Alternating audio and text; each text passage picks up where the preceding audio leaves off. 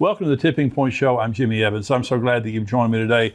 Have a great teaching called the Harvard Prophecy. I want to give you, and I'll get to that in just a second. Also, in the subscriber portion, I'm talking about starvation. I'm talking about famine and some very, very serious things that are happening all over the world related to the drought that's happening in America and also many places in Europe, and other things that are threatening the world food supply. Very quickly, the world is going to go into a crisis, and this is not anything that can be prevented in the near term because of the seriousness and the global nature of what's happening. I'm talking about that, plus I'm answering questions from our subscribers. This is in the subscriber portion, but right now I want to bring this teaching called the Harvard Prophecy. Now, when you think of the word prophecy, you think about the Bible or some godly person with a prophetic gift. But in this program, I want to talk about a very important prophecy to America that was given by a secular sociologist from, of all places, Harvard University. And every word of his prophecy has come true in our day. And he's a Harvard sociologist named Carl Zimmerman. Now, he wrote this book. This is not a book. It's actually a study that he did called Family and Civilization. But 1947 is when his study came out, all of his research. Unbelievable amounts of research that he did into the family and history. Now, why was he publishing his research in 1947? It's because he was very concerned about the secularization of America. At the same time that Carl Zimmerman was publishing his research from Harvard University, there was another school of sociology in Chicago, the Chicago School of Sociology, and very, very liberal. And they wanted to liberalize marriage and family and society. And he was warning, and the liberalization of America that we see today began back in the 30s and 40s. And that's hard to believe, but it's true. And so he was concerned that he was seeing the signs going back into history that destroyed societies in history. In fact, what he did was he went back and documented that every major civilization, Assyrian, Babylonian, Sumerian, Greek, Roman, Western, began with a family model resembling a biblical model. Now, listen to what I'm saying. Every great nation became great with a family model that resembled the biblical model. It didn't matter if they were Christians or not, if they were Jews or not. No society ever becomes great by sin. No society ever becomes great with weak families. None. America became great because of the strength of our families. The marriage was strong, family was strong, and then it becomes liberalized. That happened in Rome, that happened in Greece, that happened in Egypt, that happened in Samaria. All great civilizations in the history of the world, they never become great with weak families and weak marriages, never. But once they become great, that's when the devil, through liberals, begins to attack the family system, and you see the downfall of every society in the history of the world that has fallen from within has gone through exactly the same steps as we're seeing right now in America. In fact, that we've seen in America. So Carl Zimmerman, in studying all the civilizations of the world, he boiled everything that he had seen down to 8 signs, and he calls these the 8 signs of an atomistic age. In fact, he has 11. And this is not an easy read. It's a sociological report, but it's a phenomenal read if this is something that interests you, because it goes back into world history. You can go back and document every society that has fallen. It's a family problem. You know, when there's a mass shooting or some kind of a horrible thing that happens in America, you'll hear people on the news, and they'll say, "Well, this really goes back to the disintegration of marriage and family," and no one wants to hear that. Our liberal society, in fact, they hate marriage and family. They hate marriage. And so they hate the biblical model of family for many reasons. I'll talk about that more in just a minute.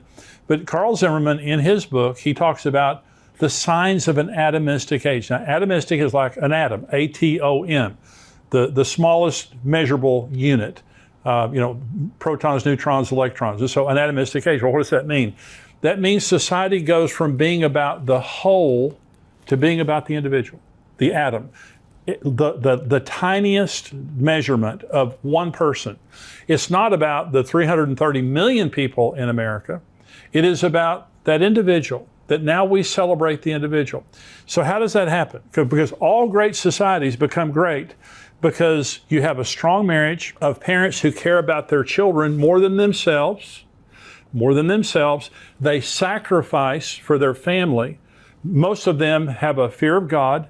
They're very committed to family, and they're very committed to community, and they sacrifice for the purpose of their marriage and their children and their community. Okay, so he goes back in history and he does incredible amounts of research on all the great societies in the history of the world and why they fell. Okay, and so here are the things that they all have in common. You'll recognize every single one of these related to America.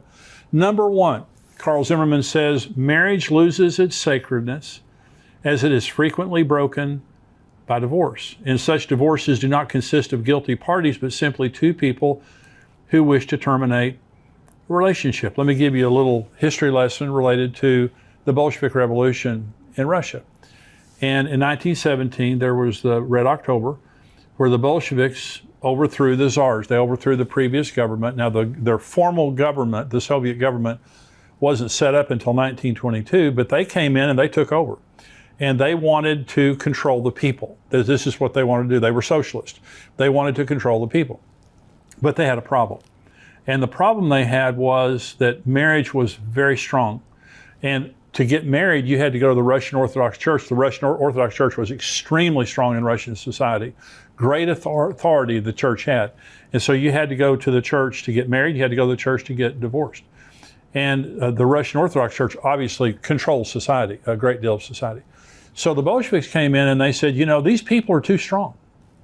See, liberals hate strong families. They hate strong marriages, and they hate strong families because people with strong marriages and families just don't need a lot of government.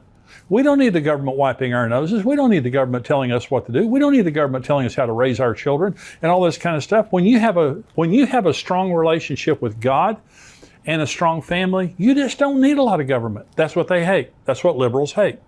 They want you to serve them. They don't want a small, efficient government that serves the populace.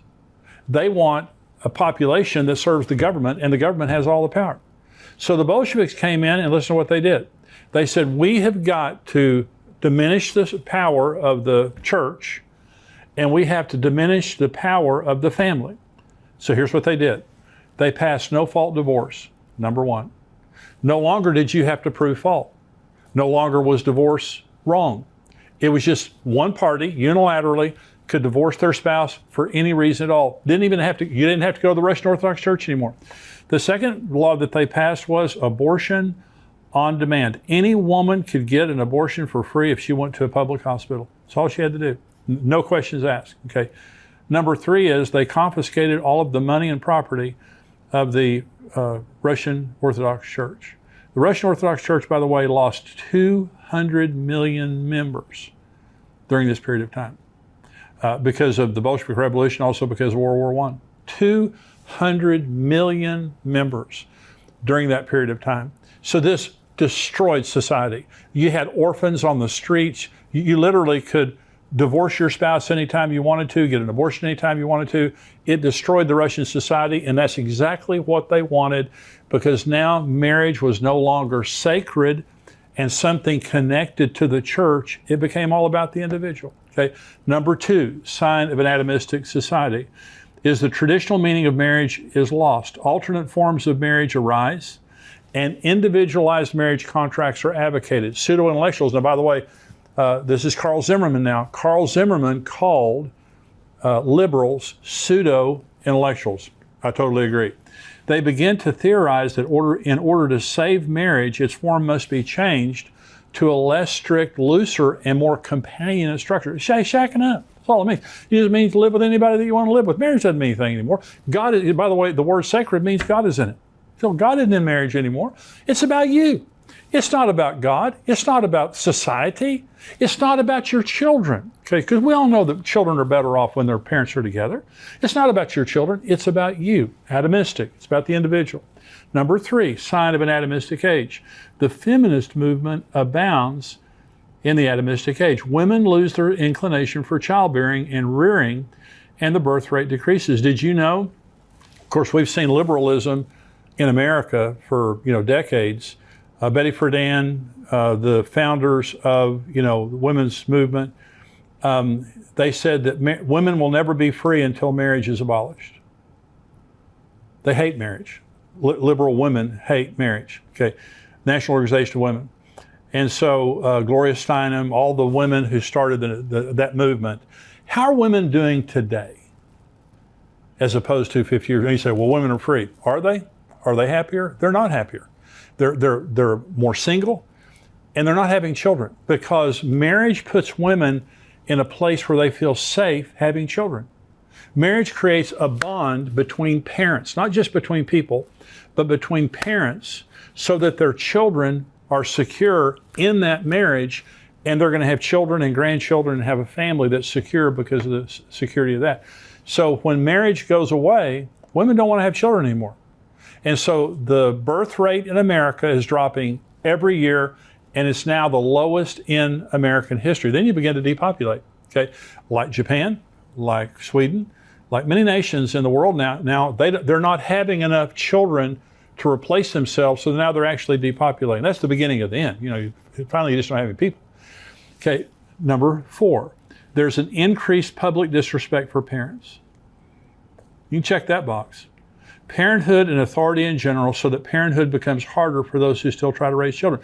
Now parents are demonized. There's a disrespect for parents. Look at what's happening in America today, where public schools are trying to take children and transition them without their parents' knowledge. Abortion without their parents' knowledge. Parents are no longer an issue. Parents are no longer respected by the kids or by society at large. Number 5, there's an increase in juvenile delinquency, promiscuity, and rebellion. This has exploded in our society. See, when I was in Africa, Karen and I went to Africa with her parents, our whole family. And one night we were sitting and talking with our guides, the guides who took us into the bush with all the wild animals. And the elephants were just spectacular. Elephants are just the most majestic animals in the world. And they were telling us about efforts they were making in South Africa to remove elephants, to thin out the elephant population because it was getting too big. And they couldn't do it. It was impossible. And he was telling us the elephants are so social and so intelligent that you can't thin it out. If you begin to kill them, they grieve over every other elephant that's killed, and they begin to act out. They begin to get more hostile. But one of the things they did to try to thin out the elephants is they began to remove the parents and just leave the young ones. They became juvenile delinquents. They began to raid the villages and tear up the local villages. They were so upset about their parents being gone. When you disrupt the home and you say, oh, marriage isn't important, who cares, just do what's easy, just be companions, just move in and out, and drag your children along with you, those children get damaged, then they begin to act out and take drugs and become immoral and begin to be violent and things like that. You see it all over America today like never before. Number 6 sign of an atomistic age. And remember, I just want to remind you, this was Rome, this was Greece, this was Egypt, Samaria, all these different places where this happened. This isn't just America. This is world history. This is what Carl Zimmerman was saying. If you want to liberalize the marriage and family laws of America, this is the price you're going to pay. This is world history. And he wrote it as a report. This is a prophecy. This is a prophecy that has come true in our day.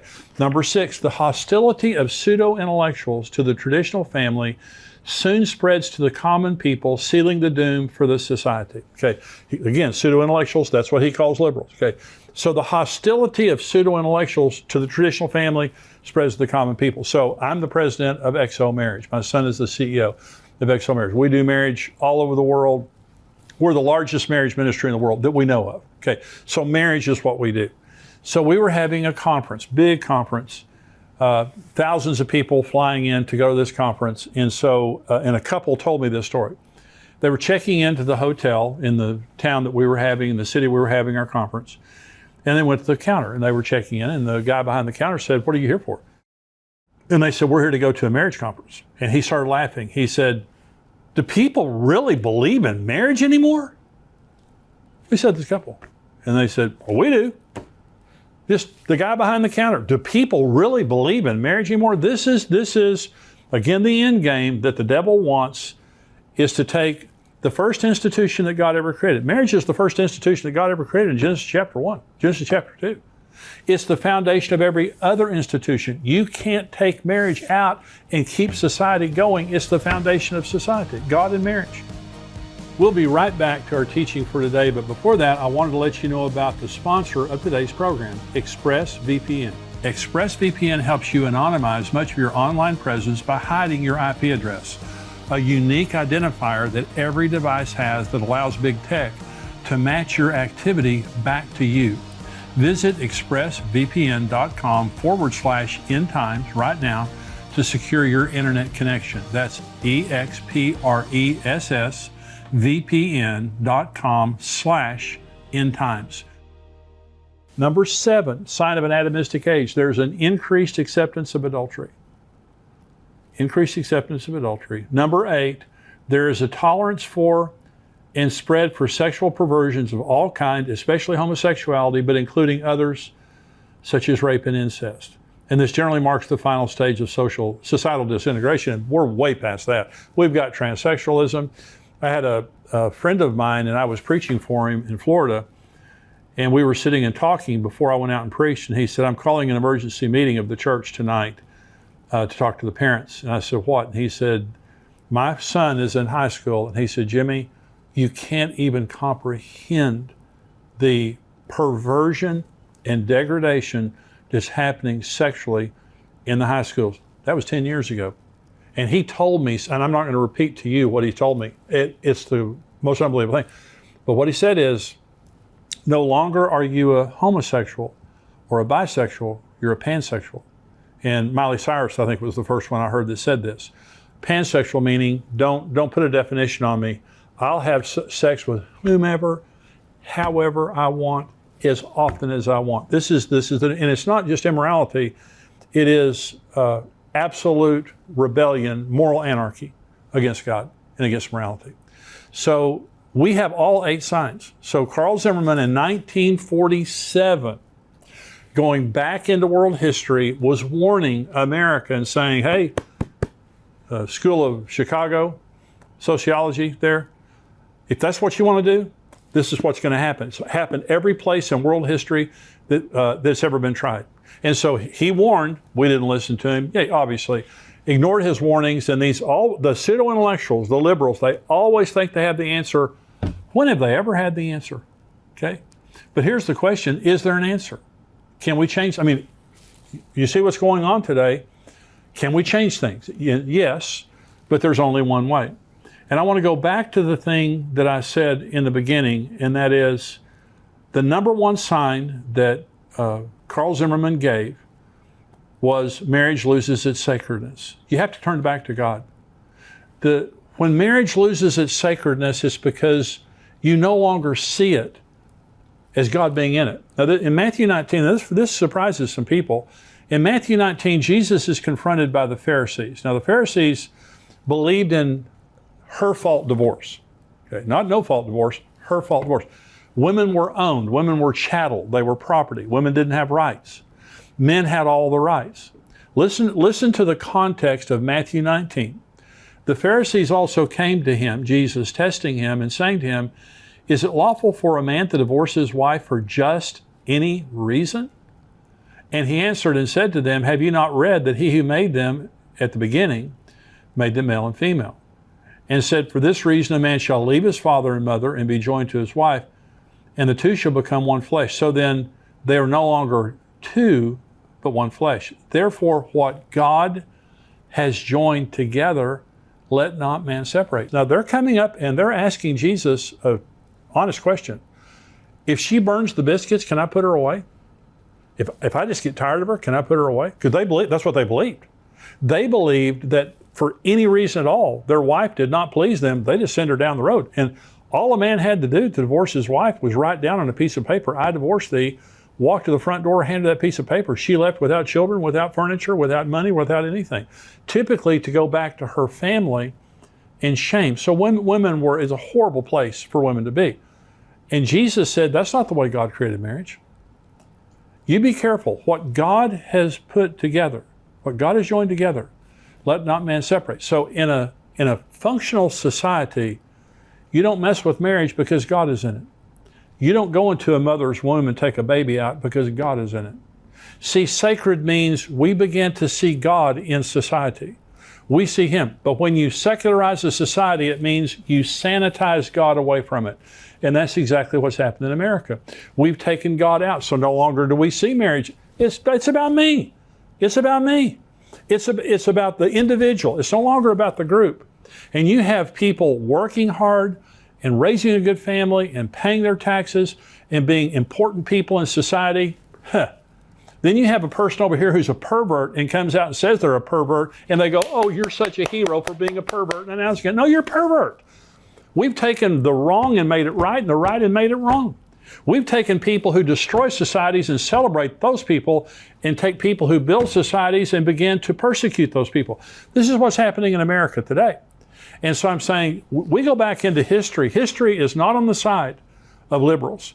Liberals don't like history. In fact, you look at socialism, and I was in church last Sunday morning, and Ed Young, who's my pastor, was preaching on wokeism, and he was talking about the lie of socialism. And you go back to Marxist Karl Marx. Karl Marx lived in London. He lived in a capitalistic society, and everything he did was paid for by a rich capitalistic friend of his. He never had to live under his stupid beliefs. He was a theoretical economist. He had theories. Every place his theories have touched have been destroyed, and 120 million people have lost their lives because of Marxist socialism. And so it's a lie. They can't build anything. They can just tear stuff down. And so in every society where God is working, in every society that is growing, there's some type of a family system with strong marriages, strong families, strong community of God-fearing people. That's what they all have in common. But in every society that is being destroyed, there's liberal thought, and marriage loses its sacredness. People begin to shack up. It's all about the individual. Women stop having children. Parents are no longer respected. Kids begin to be juvenile delinquents, and immorality of every kind comes into society. And that's the beginning of the end. And that's where we are today in America. The only hope we have in America is God. That's our only hope. And I pray for our politicians. I pray for this election that we have coming up in November. And I hope that good people win. By good people, I mean God-fearing people who believe in what I believe in. I believe what the Bible believes in. And so, but I don't put my hope in politicians. The only real hope America has is for revival and awakening. I prayed for it this morning. I'm asking you to pray for it every morning, every time you pray. And awakening. Revival is the church. You don't revive something that was never alive. They need to be revived. And society needs to be awakened to the reality of God. And there's been revivals and awakenings in history in America, in different places in the world that have changed society. We need a society-changing revival. We need to put our eyes on Jesus. But one of the reasons I'm saying this to you today is don't listen to the lies of the pseudo-intellectuals who believe they have the answers. God has the answers.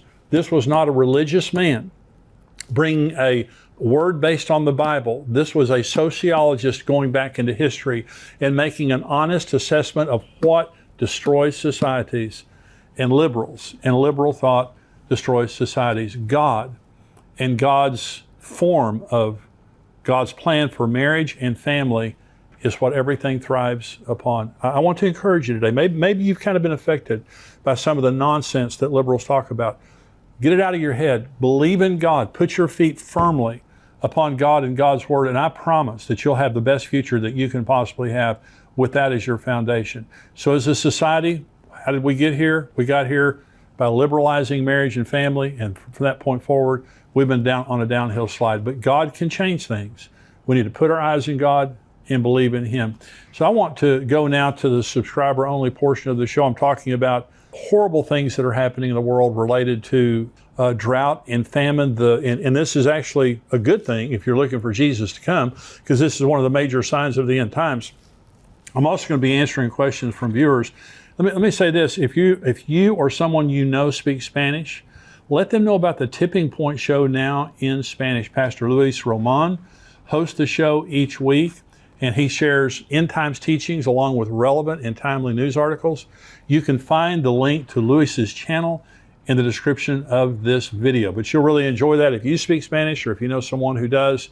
Stay tuned if you're a subscriber. Now, if you're a subscriber, you cannot watch the full episode on YouTube. You have to go to endtimes.com or respond to the email that we sent you. If you're not a subscriber, $7 a month, $77 a year, you get the entire podcast here, plus you get all the other emails and videos that come out all week long. We'd love to have you as a subscriber. Endtimes.com. You can go there for $7 a month, $77 a year, and become a subscriber. If you're a subscriber, stay tuned.